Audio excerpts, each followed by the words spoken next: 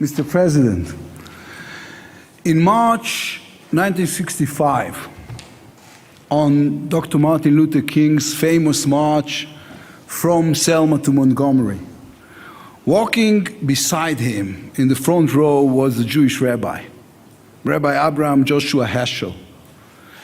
When he returned home that day, Rabbi Heschel wrote in his diary, "Today I felt my legs were praying." In the state of Israel, Mr. President, our legs pray every single day. Nothing is in our lives is taken for granted. My father was a Jewish child in the Budapest ghetto, hiding from those who tried to kill him. The fact that I am standing here today did not happen by itself. We learned the lesson, Mr. President, at all times. Israel must be strong, free, and safe, with a powerful army that can defend our citizens. Be it Joshua crossing the Jordan River or Dr. King crossing the Alabama River, the principle is the same. If you want your independence, your hands must defend you and your legs must pray for you. You must march fearlessly towards the river. This past year, with Russia's unjustified invasion of Ukraine, with the Iranian nuclear threat becoming more dangerous, and with the threats of terrorism worldwide, we were all reminded of something. In order to protect freedom, sometimes force must be used. Nobody wants that, but neither can we shy away from it. On the side of terror stand people who will not hesitate to exploit any weakness, people who do not play by the rules. Those of us who are fortunate enough to be born free people sometimes do not understand the intensity of the hatred behind the attack on democracy.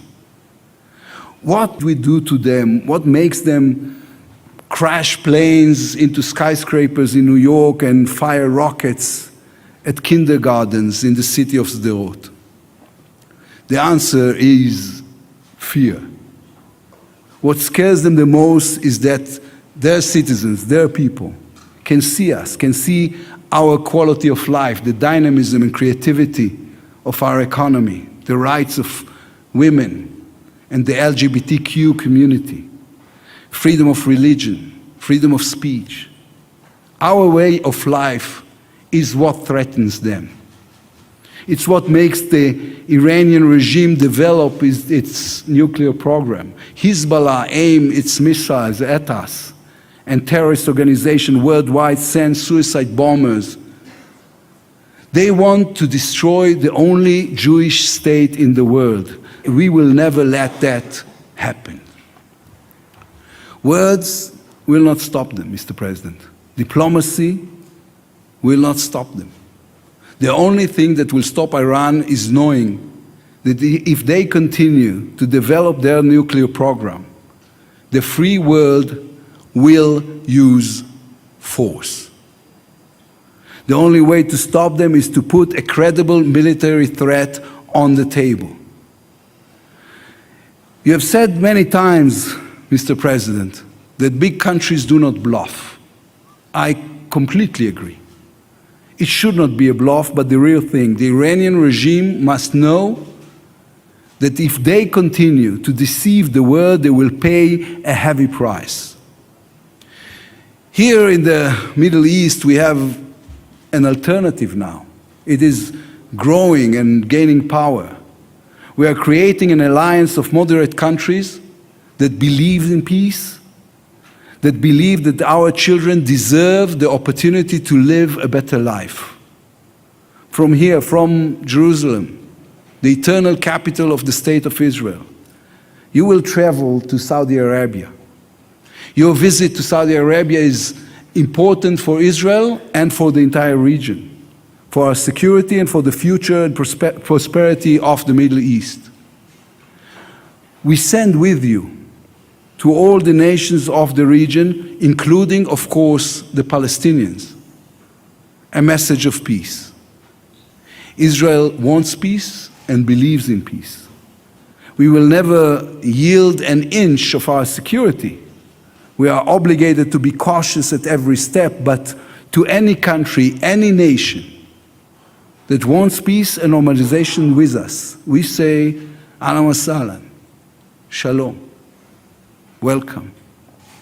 Mr. President, you will meet with the leaders of Saudi Arabia, Qatar, Kuwait, Oman, and Iraq. I would like you to pass them all a message from us. Our hand is outstretched for peace. We are ready to share our technology and experience, ready for our people to meet and learn about one another, ready for our scientists to collaborate and our businesses to cooperate. The book of Psalms says all of this in one verse. Chapter 29 reads, Hashem oz la'amo yiten, Hashem yevarech et amo b'shalom. The Lord will give strength to his people. The Lord will bless his people with peace.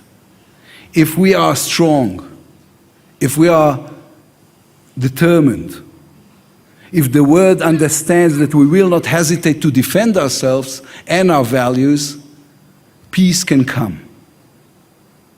Mr. President, our relationship runs deep. It crosses party lines. It connects not only our governments, but also our peoples.